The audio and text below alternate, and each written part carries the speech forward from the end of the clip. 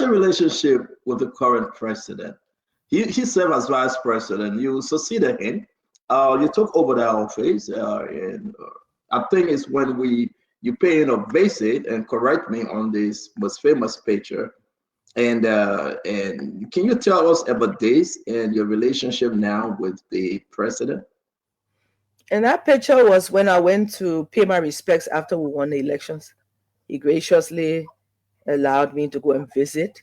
I think President Weah had gone to visit him just a few weeks before I went to visit him, and got a chance to sit with him and his wife and had general conversations. Um, President Joseph Neiman Boakai is head of state, with all of the challenges and different things appertaining that office. I always say that I was vice president, and I know, how many challenging issues came across my desk just as vice president. And Liberia isn't at a point where things are, settled, and you're now moving it from a level of food, clothing, and shelter, maybe to thinking about space travel. We're not there yet. We're still dealing with issues of food, clothing, and shelter for our people. And I can imagine the difficulties that he has, and the work that he must put into it. We're not enemies. I'm his niece. And so I continue to wish him well. I haven't had a chance recently to sit with him, but I know that it's not because he doesn't want to. I think it's only because of his workload. So I wish him well. Since the president took over January of 2024, have you spoken to him? Have you met him? I met him once. When we took over initially, I went to visit with him, and I sat with him and his wife for a while. But since no, I'm saying since he took over from you, yeah. No, I haven't had a chance to go and pay my courtesies. I've made a lot of calls. I'm hoping that he will give me that chance to go and play the niece and the uncle courtesy, which he deserves. So why not? It's over a year. You just not listen. I can meet President Boakai, through a phone call. He loves to meet with me when he travel. You are the immediate past vice president. Why would it take over a year, over 14 months for you to pay your courtesy? Why? Anton, that question isn't for me. The presidency isn't somewhere that you just go force yourself. Someone has to say, come. So maybe I'll ask you to make that arrangement. I would like to go and pay him a courtesy call. So that hasn't happened yet. So I thought we have some certain charter to say, yes, indeed, meeting President George Bana, we are meeting the first lady, the former first lady, meeting Madam Joa Howard Taylor, going ahead to meet the former president, Ellen Johnson Sirleaf. Why you are cut out of the picture? You have a special relationship, family relationship with him. I don't know. Maybe he can answer that, but I don't know. But I still have you asked? Have you put in request to meet him? Yes, I have. I have his number, and I've even made a request, but he hasn't yet arranged to see me.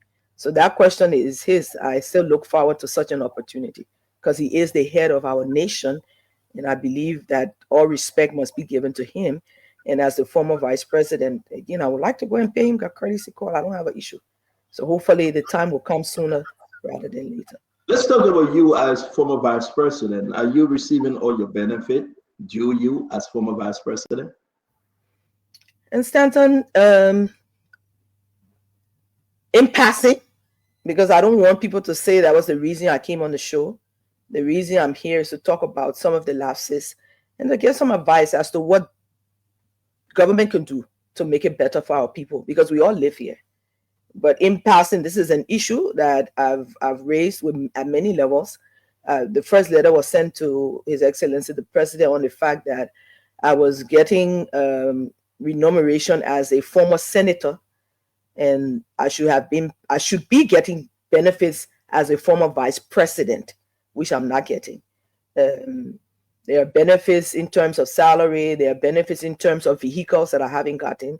There are benefits in terms of some staffing that should be allocated to me to make my life easier, because that is the way the law is written. That is still an issue. I've written everybody, the speaker, the president pro tempore. I've written the president. I've written the minister of state. I've written the Minister of Finance, and I've written recently I wrote the Minister of Justice about the issue, raising the fact that there are benefits being paid at the Supreme Court level. The former justices are getting half of the pay of the Supreme Court justices, and they have their vehicles and their benefits of staffers. I'm still not yet getting that. I left the inauguration and I was stuck on the floor. When I walked out of the inauguration, there was not one vehicle left to take me home. So I went and sat under a tree in front of the mansion. I waited almost 45 minutes before a private vehicle could come and pick me up. And that's the same situation today. I ride my private vehicle. I haven't been giving a vehicle for security or a proper vehicle. No. So let me. I'm sorry to interrupt you. We will allow the folks to understand what exactly you just said. You went for the inauguration in your vice president vehicle. Am I correct? Yes, sir. Then what happened with the vehicles that took you to the inauguration? By the time I got outside to go home, the entire convoy had been shifted to the current vice president. There was not one vehicle left to take me home. But we had a transition team. Couldn't they arrange something for you? Funny thing, the transition team that was set in place, they asked me to write a formal letter, reminding them of what my needs were, which I did, but nothing was done. And I thought, okay, with all of the, confusion happening and all of that, that somehow someone would come and sit with me to discuss the issues so that we could put some things in place. It was not done until today. I'm riding my private vehicle, and I still don't have the benefits that I should get as a result of the level of the where I sat as vice president. And I think that's an issue. The laws should be respected. And it doesn't matter that it's Joel Taylor, and they will make an issue, because of Joel Taylor, or they all go sit down, after all, she's supposed to have enough. That's not the point. The point is that the laws provide that certain things are given to you when you get to certain levels. And I think I should not be denied. Wow. It's kind of shocking to me, because I heard that why would they leave you on the sidewalk though? Who did that to you? I mean, who could you have spoken to then concerning But when they called some of the drivers, they said, well, they told us to just go with the vice president, go with the vice president. So all of us left. And I had spoken to the EPS director before the actual turnover, and I reminded him, I say, I think this is what the protocol is supposed to be. Honorable Sam Gay came to visit me. I asked him to come and visit me because I was concerned about what the transition would be, because I know when we took over, Madam Salif got 2 vehicles, former vice president got those 2 vehicles, and things were smooth. Yet I was left on the sidewalk, and it's surprising when people hear the fact that I walked out of that hall and I sat under a tree for 45 minutes before a vehicle. And then there was a lot of movement, presidents and things going up and down. For a private vehicle to come through, it took a while, but that is where we were. And so what did the outgoing president say to you? He hasn't said anything. I've written him. I haven't gotten any response. No, I'm talking about the outgoing president, George Manawea, when you heard this story. Well, it is not an issue per se, because he's no longer in government. All I know is that when we were leaving, we made sure that those things were settled. So if I would talk to former President Weah about it, there's nothing he can do, because again, he's not in that position of trust. This is something that government must take responsibility for. And I think I'll leave it at that. You left any security because it's scary. You went in as a former vice president for the inauguration of President of Boakai and that of Vice President Jeremiah Bankum. How many cars you had at the time? How many vehicles? I think my convoy was about 6 or 7 cars total. Were they all government? Were they all government vehicles? Yes, they were all government vehicles. And the incoming government took all 6 from you? Where all of the cars were sent to the incoming, to the vice president who had just taken over at the time. And that was what I was told. So when I called Honorable Gay to talk about it, he said, oh, okay, we're supposed to do it, and we'll try to get to you, we'll get it done. And I want to thank, the 2 senators from Lofa County for getting involved at the security level. They're part of the security committee in the Senate, and they came to visit with me when they heard of Cyrus and Councilor Jada. Yes, and they had come to sit with me to find out what could be done. and they've been trying to push it from their level, but nothing seems to give. So I don't know if someone's holding it, or if someone is just saying, let Liho. I don't know what the situation is. But I, as a lawyer, I've written all of the necessary letters to the different people to remind them. My last letter was sent to the Minister of Justice about 2 weeks ago, reminding them that this is the situation and that it wasn't fair, that I hope they will correct it. It's been a year, 4 months, and it's still not yet resolved. Yeah, I know we'll come to it, Madam Taylor. I'm going back as to the action taken when people were celebrating the incoming government, the incoming rescue government, the incoming government for all Liberians, and all Liberians, including you. You are stuck in the middle of the road on a highway begging for a ride. Did the government apologize to you? Did Sam Gay apologize? Someone call you and apologize to you for action taken at 6 vehicles? No. Did they say anything up to today? No, sir. Nothing has been done about it. Even though I've had conversations with everybody, and nothing has yet been done. Wow. So let's talk about who took the vehicles, 6 of them. You are telling Liberians tonight 6 vehicles were turned over to who? Jeremiah Kuhn, the vice president? Well, the issue was that I was told by those security officers and the drivers that they had asked them to go and follow the vice president. And that was it. None of them came back. And so we are where we are. The vehicle in question, you are entitled to one armored vehicle, am I correct? A bulletproof vehicle. Well, I don't know. I don't think we gave former President Sirleaf an armored vehicle. I think she was given a decent SUV and then another SUV for her security officers. So I don't think former heads of government are giving armored vehicles. I don't think so, because we didn't do it for those. No, not you, but the vehicle that were taken from you. Did they include the armored vehicle for your service? Yes, sir.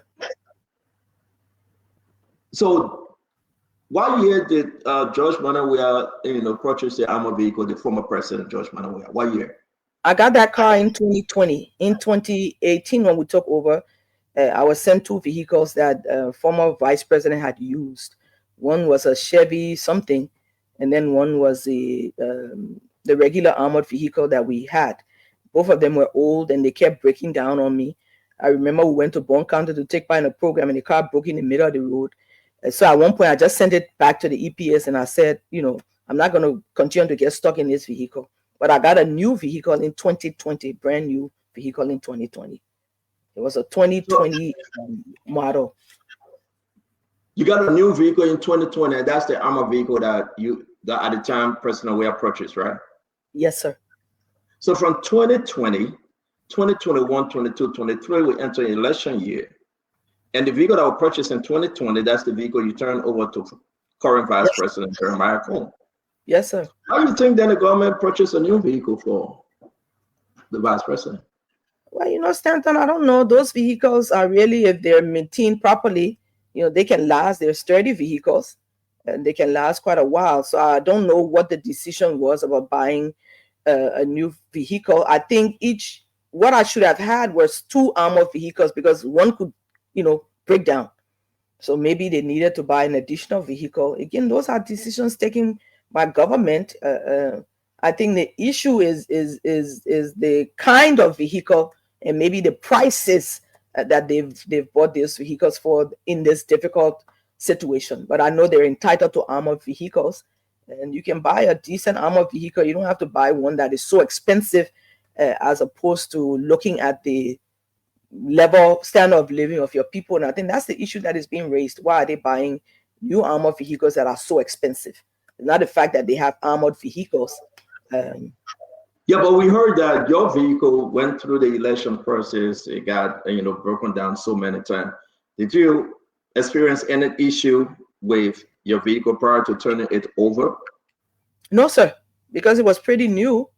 2020 to 2023, just 3 years old. So I didn't experience. Do you have the document for the vehicle? Did the government turn over those documents to you? No, the documents for those vehicles remain in the car, so you don't take it away. All I know was that in 2020, when I got sick with COVID, I was in the hospital when the new vehicle was sent to me at the hospital. you know, and that's how I remember that it was, I think, August of 2020 when I got that vehicle. But I don't have any of the paperwork. I shouldn't. Those are government vehicles, and when you turn them over, all of the paperwork remain with the EPS. And that was only one armored vehicle, just one. 2020, yes, just one. I have only one armored vehicle in my company. Were the other vehicles a brand new vehicle purchased in 2020, 2022, or Yes, those were old vehicles? Vehicles for security. So the security vehicles too were new. So we got several new vehicles at that time. Thank you very much, ladies and gentlemen. Again, we are here with Madam VP, Madam Joa Howard Taylor, the former Vice President, Republic of Liberia. This is like the tell it all. We want you to share the show. We want you to invite someone. Right now, we about another 8 minutes into the show. We're gonna take our first break.